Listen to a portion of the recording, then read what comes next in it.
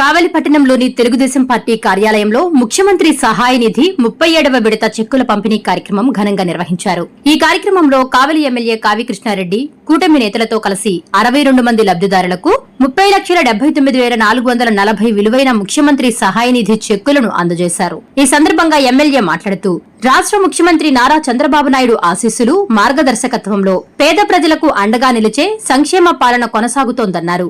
రాజకీయ పార్టీలతో సంబంధం లేకుండా అనారోగ్యంతో బాధపడుతున్న ప్రతి ఒక్క కుటుంబానికి ముఖ్యమంత్రి సహాయ నిధి ద్వారా ఆర్థిక భరోసా కల్పిస్తున్నామని పేర్కొన్నారు.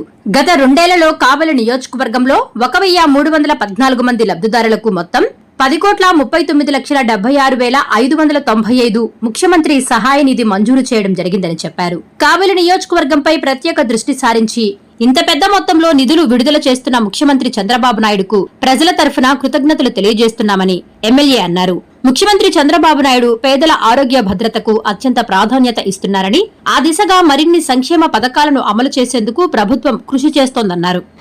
మీ అందరికీ ఆరోగ్యం బాగుండాలని, వివిధ కారణాల వల్ల మీకు జరిగినటువంటి ఇబ్బందుల నుంచి ఆర్థికంగా మిమ్మల్ని ఆదుకోవాలని మన రాష్ట్ర ముఖ్యమంత్రి వర్యులు శ్రీ నారా చంద్రబాబు నాయుడు గారు మీ అందరికీ తోడుగా, మా అందరికీ అండగా ఈరోజు నిరంతరం కూడా మన నియోజకవర్గాన్ని అభివృద్ధి పరుస్తూ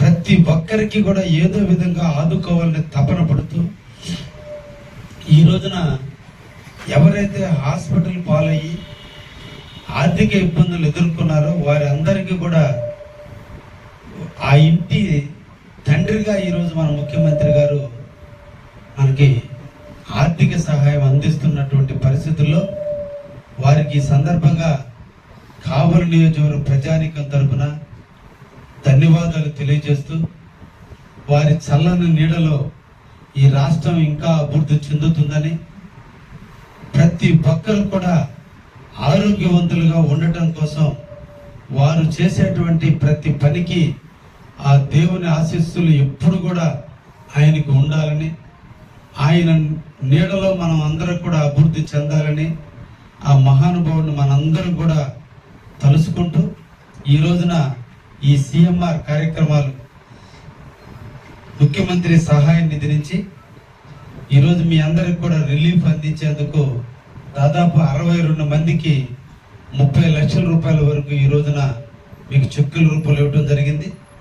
ఈ ఒక్క నెలలోనే మొన్న 18వ తేదీ ఒక 61 మందికి అందించడం, ఈ రోజున ఒక 62 మందికి, అంటే ఈ ఒక్క నెలలోనే దాదాపు 123 మందికి ఈరోజు చెక్కులు పంపిణీ చేస్తున్నారు.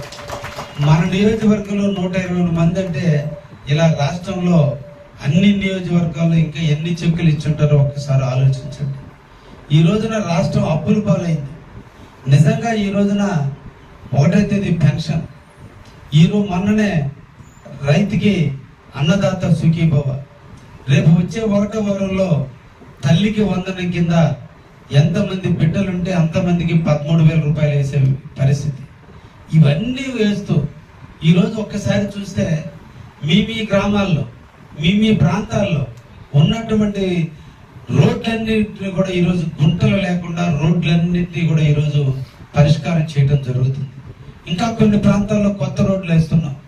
గ్రామాల్లోకి వచ్చే సిమెంట్ రోడ్లు ఈరోజు చాలా ప్రాంతాల్లో సిమెంట్ రోడ్లు జరుగుతున్నాయి. గత 5 సంవత్సరాలలో ఒక్కసారి ఇవన్నీ మీరు నెమరు వేసుకోవాలి. గత 5 సంవత్సరాల్లో ఏ గ్రామాలైనా సిమెంట్ రోడ్లు వేశారా? గత 5 సంవత్సరాల్లో సీఎం రిలీఫ్ ఫండ్ ఈ విధంగా ఇచ్చారా?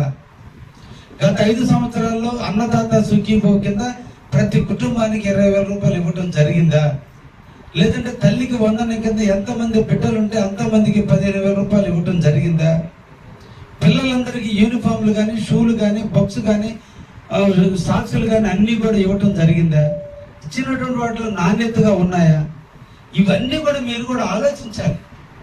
ఏదో ఒక అనాలోచితమైనటువంటి ఆలోచనతో ఏదో ఆయన అవతల ఆయన ఆ పార్టీలో ఉన్నాడు కాబట్టి నేను ఈ పార్టీలో ఉండి ఓటేద్దామంటే మనం తీసుకున్న నిర్ణయం వల్ల మన రాష్ట్రాన్ని మనమే నాశనం చేసుకుంటున్నాం. మనమే మన ప్రాంతాన్ని అభివృద్ధికి నోచుకోకుండా చేసుకుంటున్నాం. ఎవరు నిరంతరం కూడా ప్రజల కోసం ఆలోచిస్తున్నారు, నిరంతరం ప్రజలకు అందుబాటులో ఉంటున్నారు, ఎవరు నిరంతరం కూడా ప్రజలకు ఏదో ఒకటి చేయాలని ప్రయత్నం చేస్తున్నారు. మనకి చేతికి దెబ్బ తగిలితే అమ్మ అని అంటున్నాం, ఫస్ట్ కూర్చొచ్చే తల్లి. అదే మనకు ఒక ఇబ్బంది వస్తే, ఒక పోలీస్ పరంగానో, ఒక రెవెన్యూ పరంగానో, ఒక ప్రాంత అభివృద్ధి పరంగానో, ఒక నీళ్ల పరంగానో ఏదైనా ఇబ్బంది వస్తే గుర్తొచ్చేది ఎమ్మెల్యేగా ఉండాలి. ఆ ఎమ్మెల్యే అందుబాటులో ఉన్నాడని మీరందరూ కూడా ఆలోచించాలి. కాబట్టి రాజకీయ పార్టీలు మనకు కాదు, మనకు అందుబాటులో ఉండి పనిచేసేటువంటి పార్టీలని మనం ఆదరించాలి.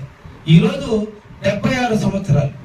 ఈరోజు ఒక్కసారి ఆలోచిస్తే మన ఇంట్లో కూడా 75 సంవత్సరాల వయసు ఉన్నటువంటి మన తల్లిదండ్రులు, మన తాతలో ఉన్నారు. ఒక్కసారి మనోళ్ళు ఇంట్లో ఏం చేస్తున్నారో ఒక్కసారి ఆలోచించండి. కానీ ఈరోజు రాష్ట్ర ముఖ్యమంత్రి శ్రీ నారా చంద్రబాబు నాయుడు 76 ఏళ్ల వయసులో రోజుకు 16 గంటల పాటు ఈ రాష్ట్రం కోసం తపన పడుతున్నాడు.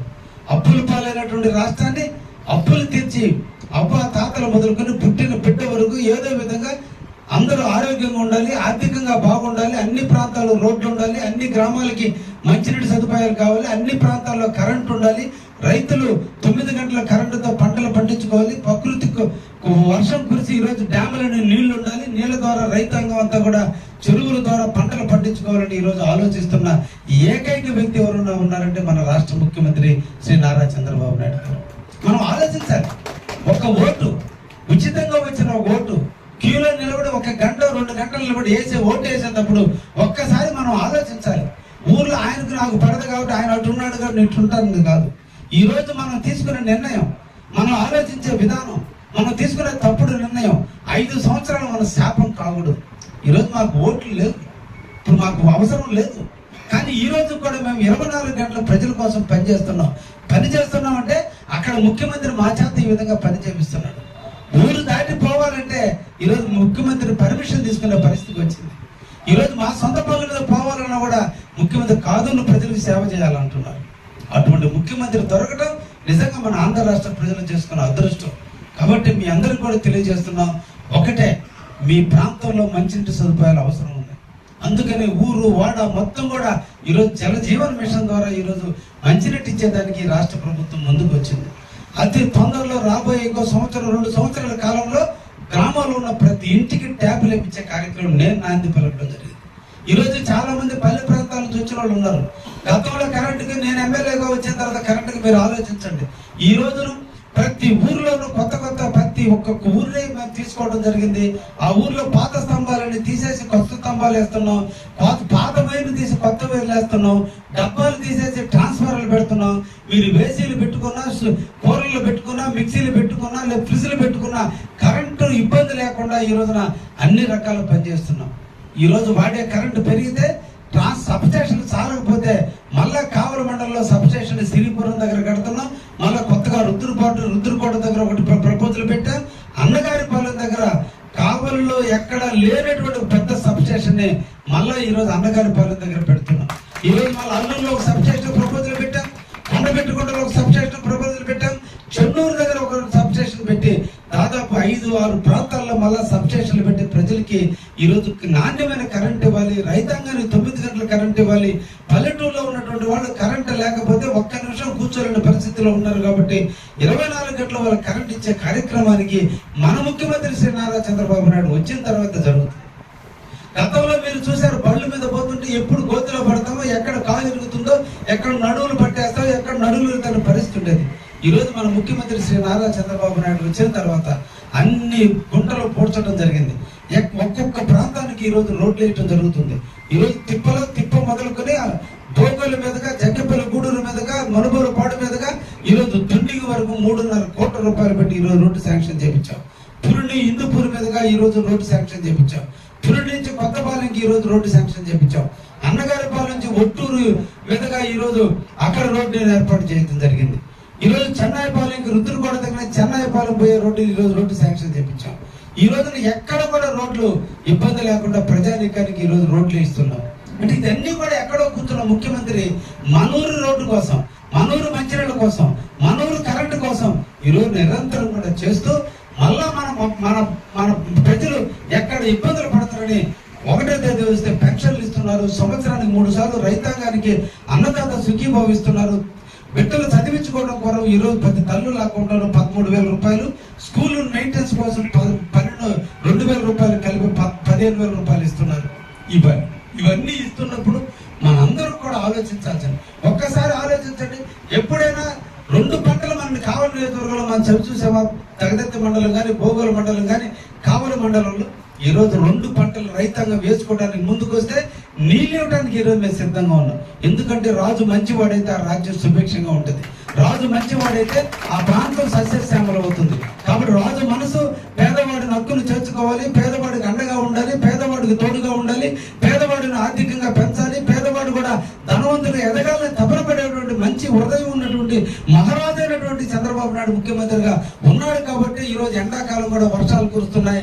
ఎంతటి ఇబ్బంది పరిస్థితి వచ్చినా చెరువుల్లో నీళ్లు ఉన్నాయి. పశువులు మొదలుకొని పాడి పంటలతో ఈ రోజు మనందరూ కూడా ఆనందంగా జీవిస్తున్నాం. మంచి పంటలు పండుతున్నాయి, మంచి పాలకు మంచి రేటు వచ్చింది, ఈ రోజు పొలాలకు మంచి రేటు వచ్చింది. ఈ రోజు ప్రాన్ కల్చర్ మొదలు చేపల మొదలు వరి ఈ రోజు 30,000 రూపాయల పుట్లు ఉంది. ఎక్కడ పట్టినా ఈ రోజు సస్యశ్యామలం ఉంది. రైతాంగం అంతా 2 పంటలు పండించుకుంటున్నాయి. వీటన్నిటికీ కారణం ఒకే ఒక వ్యక్తి, Shri Nara Chandrababu Naidu.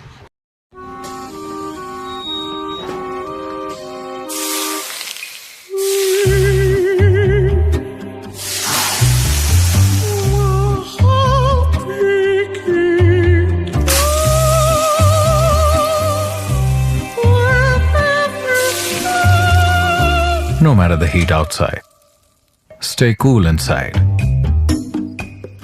with energy efficient windows from Asahi System Windows. Subscribe SS News AP.